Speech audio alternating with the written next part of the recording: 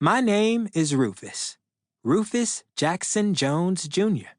I was born in Birmingham, Alabama, the place Dr. Martin Luther King, Jr. called the most segregated place in the country. Birmingham is in the South, the deep South. The South is in my soul. The year that changed my life happened in Birmingham. It was a year that changed America, maybe the world. It was 1963. Segregation now, segregation tomorrow, segregation forever, Governor George Wallace said during his inaugural speech. I didn't know exactly what his words meant.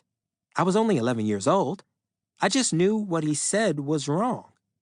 Each word that came out of his mouth made my sweet mama's smile turn into a frown. After the death of my daddy, Rufus Sr., hard times had taken away her joy.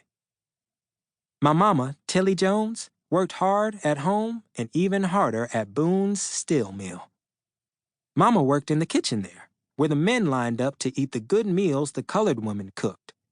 Mama's brother, Uncle Sam, was the only colored manager at the steel mill. He had a college degree, and white folks looked at him a little different than most colored folks. They showed him respect. Not enough, but more than most colored folks. They still called him Sam, not Mr. Lewis, while calling white managers Mr. This and Mr. That. Uncle Sam had to sit in the colored section when he ate lunch, just like Mama.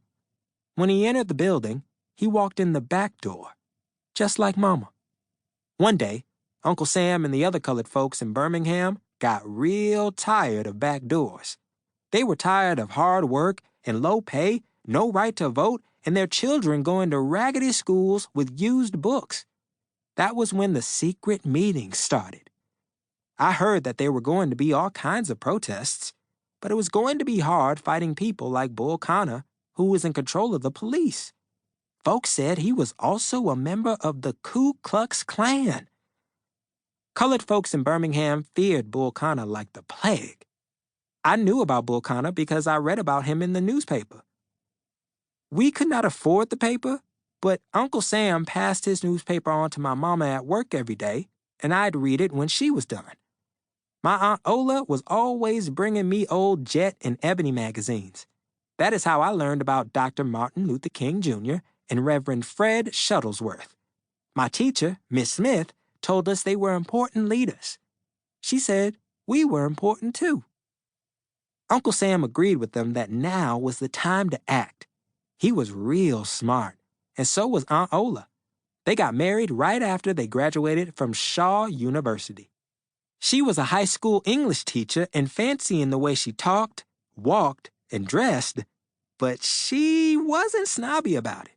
She and Mama were not just sisters-in-law, but they were also best friends.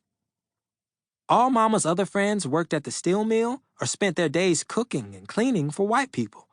They carpooled or walked to the white neighborhoods to earn just $3 a day, and then they rushed home before dark. No colored woman or man was safe in Birmingham after the sun went down.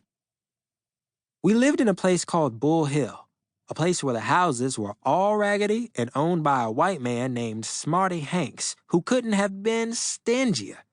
Each house had 2 tiny bedrooms, a sitting area, and a small kitchen. Not one house had been painted since anyone could remember, and a lot of our porches looked like they were ready to fall down.